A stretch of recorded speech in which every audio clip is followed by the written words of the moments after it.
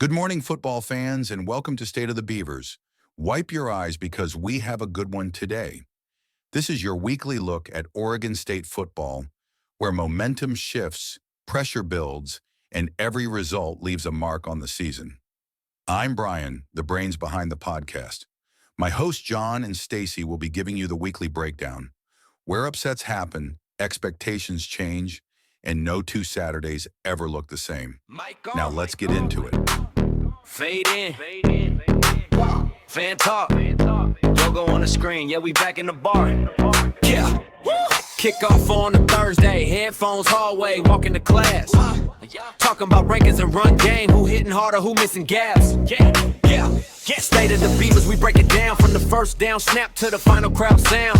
From the dorm room couch to the nosebleed seats, we speaking on the trenches and the DB speed. State of the Beavers. Tap in, let's ride. West Coast weather with that Beaver pride. From the student section up to alumni. State of the Beavers. Run it back, rewind. The Beaver. Tap in, let's ride. West Coast weather with that Beaver pride. From the student section up to alumni. State of the Beavers. Run it back, rewind. Got stats in the notes app, hacks in the group chat, fire in the chat, call in, what's up, Cavallis? We talk grit, talk grind, talk balance. Game day fit, orange hoodie, black cap. Replay the clip when the pocket collapse. We pick wins, pick spreads, pick sleepers. Podcast banging for the real true believers. State of the Beavers, run it back, rewind. This podcast is presented by Pine Valley Auto Group. From rugged trucks to everyday commuters, find your drive at Pine Valley. This is the brief on the fallout from Week 4 of the 2025 college football season. So Week 4 just wrapped, and wow, it was wild.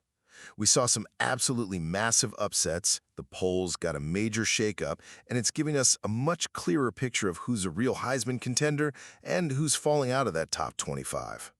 First up, let's talk about the chaos. I mean, the top 25 was completely turned on its head. You want to talk about a shocker? Oregon State didn't just beat Oregon, they demolished them, 42-10. That crushing loss sent the Ducks tumbling 11 spots in the new poll.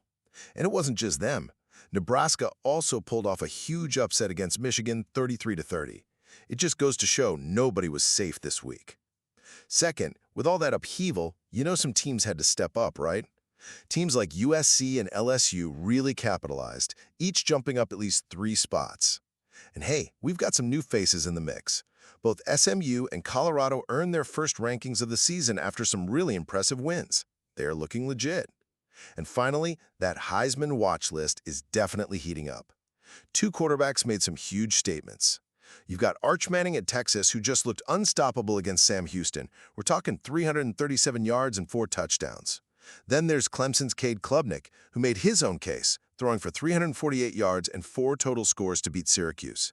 So with Oregon's collapse and the top contenders flexing their muscle, that playoff picture just got a whole lot tighter heading into Week 5. This podcast is presented by Pine Valley Auto Group. From rugged trucks to everyday commuters, find your drive at Pine Valley. Welcome to The Debate.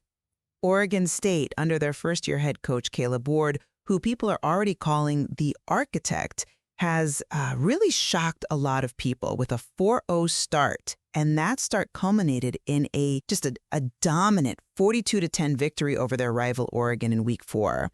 Now, this win wasn't just big. It was achieved through a really radical tactical shift. The team rolled out what was, essentially a completely different offensive playbook just for this game, and they paired it with this extreme deep defensive alignment. So the question we have to get into today is all about that Week 4 strategy.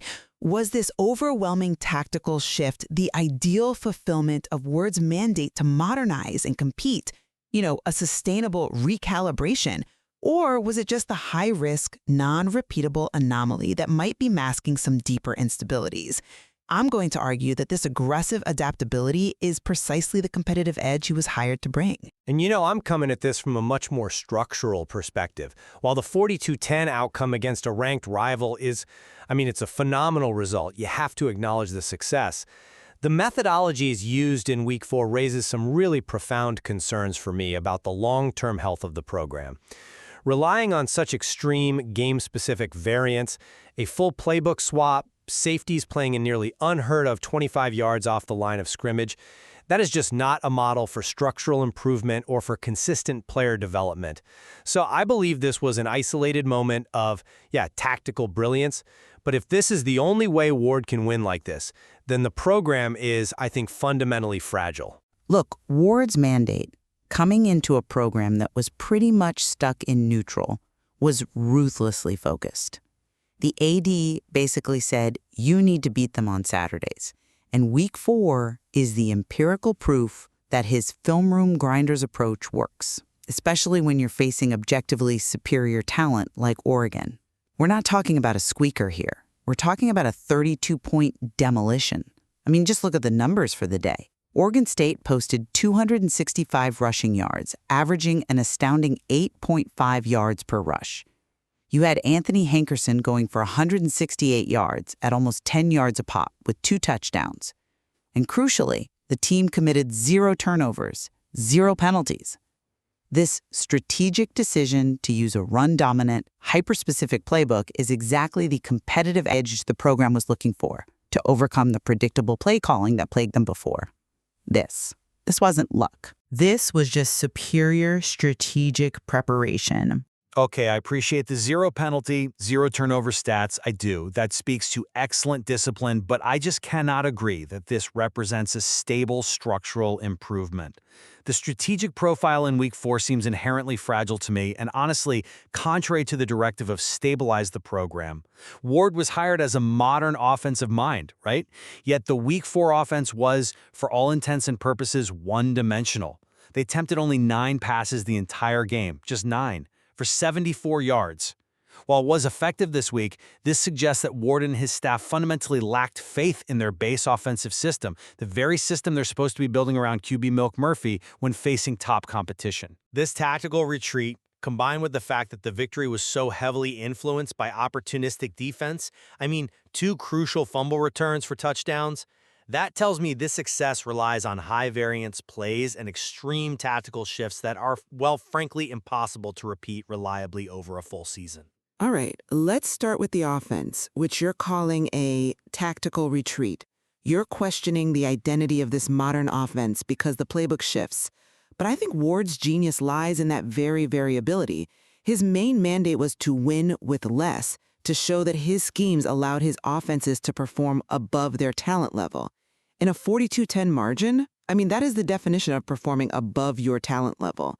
We saw Malik Murphy, who, yes, struggled with 2 picks in week 3, complete 8 of 9 passes in week 4. The efficiency, 8.2 yards per attempt, 88% completion.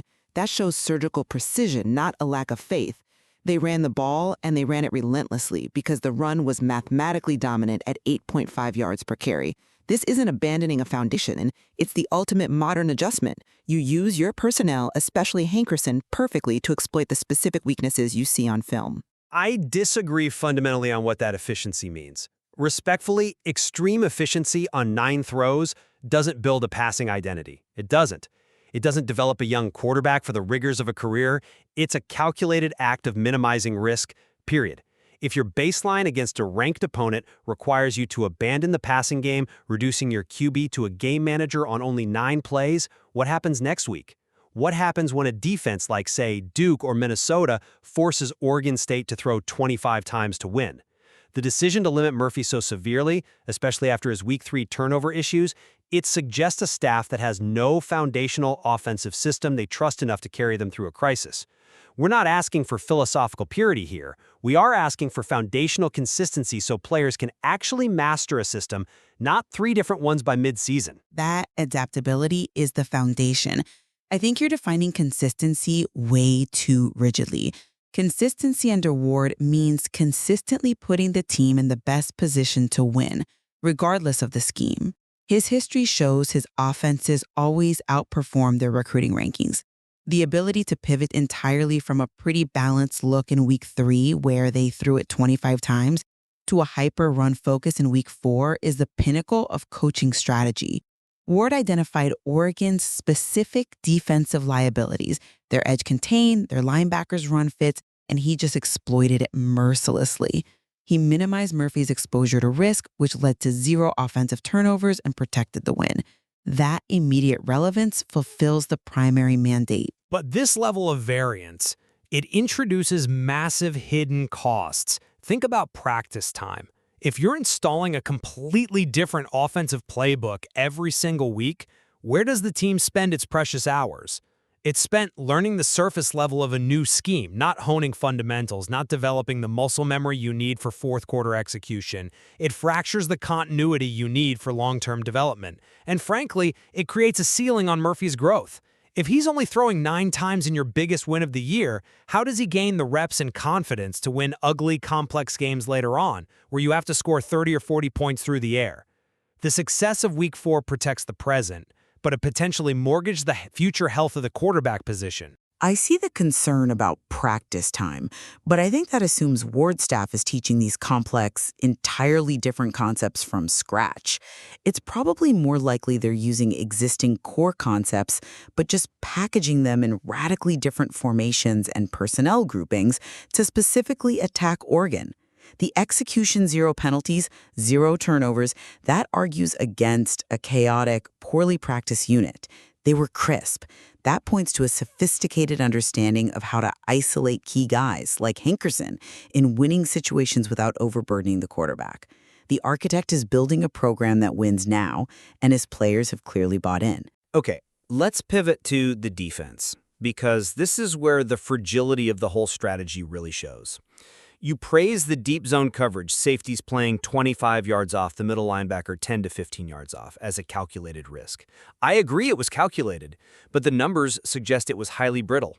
Yes, Oregon scored 0 points after the first quarter, which is commendable. It's incredible. It is. But look beneath the scoreboard. Oregon still managed 394 total yards and averaged 7.2 yards per play. Oregon State's offense, by contrast, only managed 339 yards. The game was decided by 2 massive defensive scoring plays, fumble recoveries returned for touchdowns, which are, statistically pretty random events. See, that perspective entirely misses the strategic objective of that defense.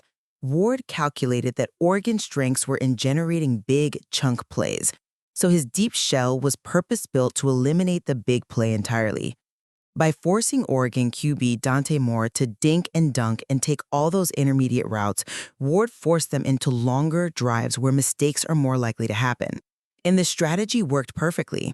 Oregon scored 10 points adjusted and then failed to score for the next 45 minutes, leading to turnovers like Region Davis's interception and those game-changing fumbles. Generating mistakes is not random chaos. It's the result of forcing an offense to operate outside of its comfort zone. I respect the intent, but the risk remains massive. That deep coverage creates this vast, exploitable soft underbelly in the intermediate zones, precisely where future, more patient quarterbacks are going to live. The fact that Oregon managed 7.2 yards per play against that scheme confirms they were moving the ball effectively. They failed to finish drives, relying on errors like a missed field goal or a self-inflicted fumble. Had Oregon finished just 2 of those drives, the scoreboard looks entirely different, and Ward's architectural masterpiece completely collapses. This defense relies on opponent mistakes, not on structural dominance. What happens when they face a team that runs a meticulous, possession-heavy offense designed to punish exactly those soft spots? It's not sustainable. The lack of penalties for Oregon State in executing that complex, high-wire act defense argues that they are structurally sound and disciplined in it, not just relying on luck. And furthermore, Ward showed he successfully linked his offense and defense. By running the ball dominantly and minimizing possessions, only 40 offensive plays for OSU. The defense, while giving up yards, wasn't constantly on the field. It preserved their energy for those crucial moments where the game was decided. It was all complementary football. The outcome? A 32-point victory. It just validates the risk. I agree that complementary strategy is key, but the risk is still too high for a program that's seeking long-term stability. Winning 42-10 with a defense that allows 7.2 yards per play it's extremely anomalous. You can't build a championship program by consistently allowing that much yardage and praying for fumble returns. It's a brilliant short-term survival strategy, yes, but it speaks to a deep need for Ward to find a real, repeatable defensive philosophy. Which brings us to the core issue of terminology. Ward calls this a recalibration, which implies establishing core principles, making fine-tuned adjustments. But when you completely abandon your presumed offensive principles for a game-specific script, how can you call that recalibration? It feels more like a week-to-week rebuild of the entire game plan. If the fundamentals change every time you face a challenge, where is the consistent foundation for player elevation? A principle should be something that sticks around for more than 7 days. I'd argue that stability is not the same thing as stagnation. Ward inherited a program that was stable in its losing, stable in its predictable play calling. So his definition of recalibration is adjusting the program's performance to its true potential by discarding whatever is holding them back. This victory, achieved with radical variance and flawless execution, shows Ward is willing to discard anything that hinders victory. He beat a superior top 25 team by focusing entirely on dominating them that Saturday. That aggressive, high-leverage decision-making, that is the new foundation for this program. He stabilized the program by showing them how to stop losing games they should be winning. But that aggressive adaptability has a competitive shelf life. If your edge relies solely on surprise, then once the rest of the schedule has seen this Week 4 film, the surprise is gone. They will adjust. The true measure of recalibration is maintaining peak performance when the opposition knows what's coming.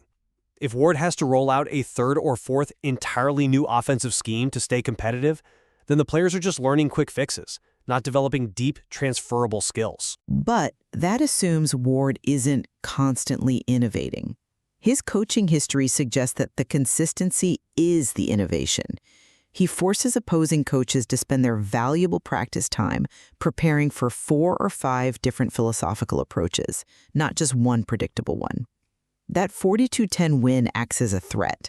Opposing coaches now know they have to prepare for the possibility of Ward entirely throwing out the previous 3 weeks of film. That strategic stress on the opponent's prep time is the new, stable competitive edge for them. Respectfully, applying the term adaptability to abandoning 90% of your offense feels a lot more like tactical marketing than a long-term strategy. Long-term excellence requires mastering complexity, not avoiding it. Ward successfully masked the underlying need for a consistent modern passing game in Week 4, but that mask will eventually crack.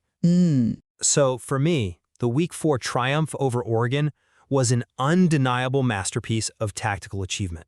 It proves Coach Ward's genius for exploiting a singular opponent. However, the underlying data, a near non-existent passing game, and a defense that relies on extreme depth, suggests this model depends heavily on continuous high-risk variance. I remain unconvinced that this approach is capable of developing a stable, modern identity necessary for consistent performance.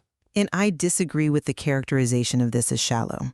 The ability to dramatically shift schemes, execute flawlessly with 0 errors, and leverage personnel weaknesses to get a 32-point victory against a rival, that confirms Ward's role as the architect. He fulfilled his mandate to stabilize the program by demonstrating an immediate and undeniable competitive edge. That aggressive, outcome-oriented preparation is the new foundation for Oregon State football. Ward has certainly shown the ceiling of what Oregon State can be right now on any given week. I'll give you that.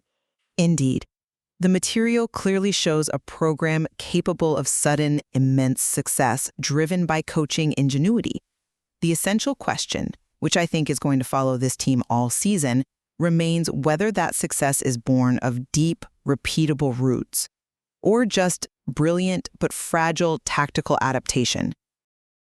This podcast is presented by Pine Valley Auto Group. From rugged trucks to everyday commuters, find your drive at Pine Valley. And that's going to do it for this episode of State of the Beavers, your home for everything Oregon State football.